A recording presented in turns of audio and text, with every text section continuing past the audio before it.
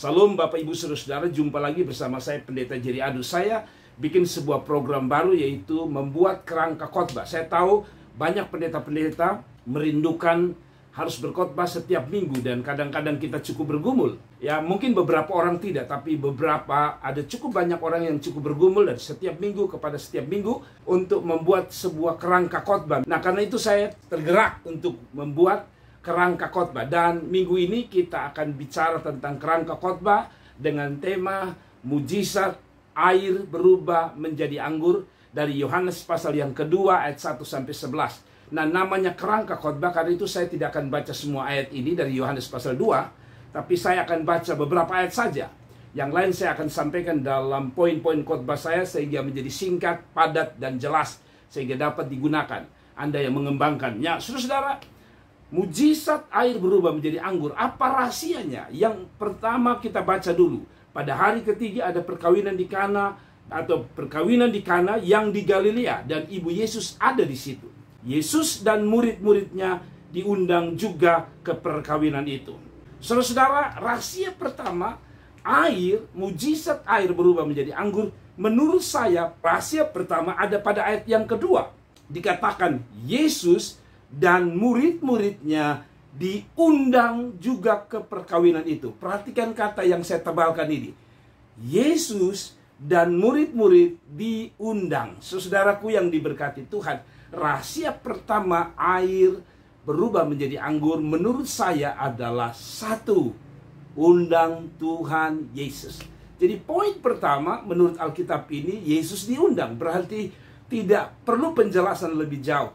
Pertama, rahasia air berubah jadi anggur adalah undang Tuhan. Bagaimana cara mengundang? Alkitab mengatakan, saudara-saudara, di mana 2-3 orang berkumpul dan namaku disebut, di situ aku ada. Berarti rahasia pertama undang Tuhan, cara untuk undang Tuhan adalah dengan berdoa, berkumpul bersama-sama dan berdoa, saudaraku.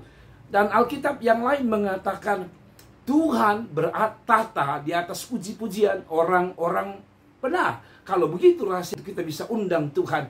Tuhan melakukan mujizat dalam hidup kita, dalam perkawinan kita, dalam bisnis kita, dalam masa depan kita.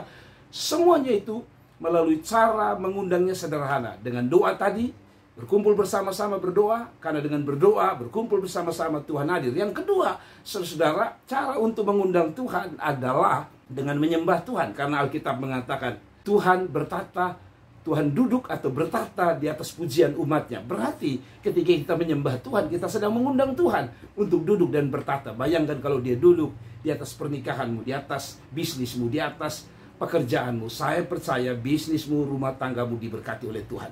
Yang kedua, saudara, menurut ayat ini dikatakan begini, ayat yang ketiga. Ketika mereka kekurangan anggur, Ibu Yesus berkata kepadanya, mereka kehabisan anggur, saudara. Ayat yang ketiga sedang bicara tentang poin yang kedua. Rahasia air berubah jadi anggur adalah terbuka dengan Tuhan. Saudaraku, rahasia mujizat sebenarnya hanya terjadi seperti seorang pasien dengan seorang dokter. Seorang pasien hanya cukup jujur tentang penyakitnya, dan dokter akan mendiagnosa dan memberikan obat yang tepat. Demikian dengan Tuhan, saudara. Alkitab mengatakan tadi bahwa ketika mereka kekurangan anggur, Ibu Yesus berkata kepada mereka, mereka kehabisan anggur. Saudara, Ibu Maria atau Ibu Yesus yang bernama Maria hanya cukup jujur, kami kehabisan anggur. Itu saja. Kejujuran adalah awal sebuah mujizat. Dan saya percaya Anda, waktu Anda jujur, Anda terbuka dengan Tuhan tentang keadaanmu, tentang persoalanmu, tentang badai hidupmu, saya percaya Dia Allah yang tidak pernah tutup mata dengan saudara. Dia pasti buka jalan, mujizat pasti terjadi. Dan yang ketiga, saudara, apa rahasia daripada air berubah jadi anggur? Kata Alkitab di dalam ayat yang kelima, tetapi Ibu Yesus berkata kepada pelayan-pelayan, apa yang dikatakan kepadamu, buatlah itu. Di situ ada 6 tempayan yang disediakan untuk pembasuhan menurut adat orang Yahudi masing-masing. Isinya 2-3 buyung. Yesus berkata kepada pelayan-pelayan itu, isilah tempayan-tempayan itu penuh dengan air. Dan mereka pun mengisinya sampai penuh. Bapak Ibu Saudara, yang ketiga, rahasia mujizat air berubah menjadi anggur adalah yang ketiga, ketaatan. Saudara-saudara, lihat di sini dikatakan Ibu Yesus berkata kepada mereka dalam ayat yang kelima, tetapi Ibu Yesus berkata kepada pelayan-pelayan, apa yang dikatakan kepadamu, buatlah itu. Saudara, dan Saudara, Yesus mengatakan isi semua buyung-buyung itu penuh. Dan ayat 7 mengatakan, Yesus berkata kepada pelayan-pelayan, isilah tempayan itu penuh dengan air. Dan mereka pun mengisinya. Dan saudara-saudara tahu bahwa para pelayan persis mengikuti perintah Tuhan, yaitu mengisinya sampai penuh. Apa artinya? Mujizat air berubah menjadi anggur itu terjadi dari poin yang ketiga adalah ketaatan. Saudaraku yang diberkati Tuhan, mujizat tidak pernah terjadi kalau Anda tidak pernah taat. Saudara, rumah tangga tidak pernah terjadi mujizat kalau tidak ada yang namanya ketaatan. Saudaraku yang diberkati, apa yang dimaksud dengan ketaatan? Suami harus taat pada istri, istri harus taat pada suami, anak-anak harus taat pada orang tua. Saudara, dan kita semua satu keluarga harus taat pada Tuhan. Sebab waktu kita taat, waktu kita melakukan bagian kita, yaitu bagian sesuai firman Allah, maka bagian Tuhan adalah melakukan apa yang tidak bisa kita lakukan, yaitu mujizat, pertolongan, serta keajaiban dari Tuhan atas hidup kita. Jadi yang ketiga, saudara, ketaatan. Banyak orang merindukan pertolongan Tuhan, banyak orang merindukan mujizat Tuhan, tapi mereka tidak pernah hidup dalam ketaatan. Karena itu saudara, seperti pelayan-pelayan ini, Ibu Maria mengatakan, apa saja yang disuruhnya, diperintahkannya, taat itu, lakukan itu. Dan mereka melakukan persis seperti perintah Tuhan. Isi sampai penuh dan mereka mengisinya sampai penuh. Saudara-saudara orang muda, kalau engkau melihat hidupmu berubah dari air menjadi anggur, dari hidup biasa menjadi sesuatu yang luar biasa, hiduplah di dalam ketaatan. Dan yang berikut saudara, di dalam ayat yang ke-9, setelah pemimpin pesta itu mengecap air yang telah menjadi anggur itu, dan ia tidak tahu dari mana datangnya, tapi pelayan-pelayan yang mencedok air itu mengetahuinya. Ia memanggil mempelai laki-laki dan berkata kepada setiap orang yang menghidangkan anggur yang baik dahulu, dan sesudah orang puas minum, barulah yang kurang baik. Akan tetapi engkau menyimpan anggur yang baik sampai sekarang. Hal itu, kata Alkitab di dalam ayat 11, dibuat Yesus di Kana yang di Galilea sebagai yang pertama dari tanda-tandanya, dan dengan itu ia telah menyatakan kemuliaannya dan murid-muridnya percaya kepadanya. Ada dua poin terakhir saudara-saudara dari ayat ini. Walaupun ini mujizat pertama, tapi mereka sudah belajar percaya. Apa artinya? Yang terakhir, mujizat bisa terjadi, air berubah menjadi anggur. Rahasia yang terakhir adalah percaya, imani, yakin bahwa Tuhan kita hebat, Tuhan kita perkasa, Tuhan kita luar biasa. Walaupun ini adalah mujizat yang pertama, tapi para murid sudah percaya. Biasanya kita sering berkata, saya seperti Thomas, kalau tidak melihat dengan biji mata saya sendiri, saya tidak percaya. Para murid belum pernah lihat mujizat yang dikerjakan Yesus. Karena kata Alkitab ini mujizat pertama. Tapi mereka sudah belajar percaya kepada Tuhan Yesus. Apa artinya? Sekali lagi saya baca. Hal itu dibuat Yesus di Kana yang di Galilea sebagai yang pertama dari tanda-tandanya. Dan dengan itu ia telah menyatakan kemuliaannya. Dan murid-muridnya percaya kepadanya. Saudaraku, mujizat tidak pernah terjadi tanpa iman. Selalu kalau kita baca di dalam Alkitab, Tuhan selalu berkata, jadilah sesuai imanmu, jadilah sesuai imanmu, jadilah sesuai imanmu. Saudaraku yang diberkati oleh Tuhan, kadang-kadang iman itu terlihat bodoh, atau iman itu kadang-kadang terlihat mustahil. Tetapi apa yang dianggap mustahil, dengan imanlah kita mempercayai bahwa Tuhan itu dahsyat yang luar biasa. Tanpa iman kita tidak bisa lihat sesuatu terjadi. Tanpa iman hanya memunculkan apa yang saya sebut sebagai keraguan. Keraguan tidak pernah menghasilkan iman. Dan tanpa iman kita tidak bisa melihat Allah. Semua orang yang memiliki iman percaya. Saya percaya hari ini engkau belum melihat, tapi dengan iman kita yakin kita akan lihat. Ibrani mengatakan, Ibrani 11 ayat 1 mengatakan, iman adalah dasar dari segala sesuatu yang kita harapkan, dan bukti dari segala sesuatu yang tidak kita lihat. Apa artinya? Iman itu membangkitkan harapan. Dengar baik-baik. Iman memang belum melihat, tapi memberikan kita harapan. Dan harapan di dalam Tuhan saya percaya tidak mengecewakan. Yang kedua, saudara, dikatakan iman itu berarti percaya baru melihat. Bukan melihat baru percaya. Yang namanya iman itu adalah percaya baru melihat.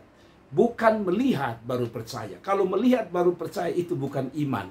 Tetapi percaya dan yakin akan melihat, itulah iman. Saudara, mungkin hari ini sakitmu belum sembuh. Mungkin hari ini pergumulanmu masih ada, mungkin hari ini bebanmu masih ada, tetapi iman mengatakan saya hari ini punya persoalan. Tapi besok, tapi tahun depan, tapi bulan depan saya percaya saya akan lihat kuasa Tuhan. Saudara-saudaraku yang diberkati Tuhan, saya tutup kesimpulan saya bahwa 4 rahasia bagaimana supaya kita bisa mengubah air menjadi anggur, mengubah persoalan menjadi berkat, mengubah sakit menjadi mujizat. 1, undang Tuhan Yesus. Yang kedua, saudara, hidup dalam ketaatan. Apa yang disuruh Tuhan, lakukan itu. Yang ketiga, percaya kepada Tuhan, saudaraku. Dan saya yakini bahwa kalau mujizat bisa terjadi di negeri Kana, maka hal yang sama saya percaya terjadi dalam hidup saudara dan saya.